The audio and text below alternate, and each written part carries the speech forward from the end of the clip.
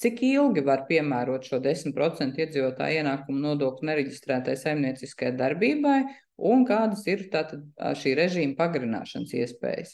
Šeit jānorāda, ka pirmkārt nav tāda noteikta termiņa likumā, uz cik ilgu laiku jūs piemērojat šo režīmu.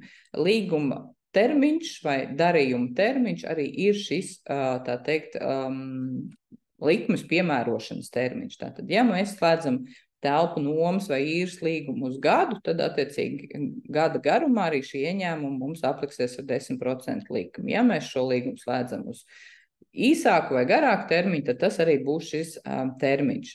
Var pastāvēt, protams, iespēja, ka jums līgumam iztek termiņš, un jūs pagarinat, vienojaties tātad ar savu nomnieku vai īrnieku, kas ir visizplatīgākais, laikam 10% likmes piemērošanas darbības veids. Tādā gadījumā tad attiecīgi jūs sniedzat valsts ieņēmuma dienestam atkal iesniegumu, vienojat klāt kā attaisnojumu dokumentu šo pagarinājumu darījumu dokumentu vai vienošanos vai jauno līgumu, un attiecīgi arī tādā veidā šis piemērošanas likme turpinās un attiecīgi šis darbības veids jums turpinās. Savukārt, ja jums kaut kas attiecīgi arī beidzās pirms tā sākotnēji paredzētā termiņa, tad jums arī ir pienākums dienestam noziņot, ka jūs šo darbības veidu, tā teikt, esat pārtraukuši.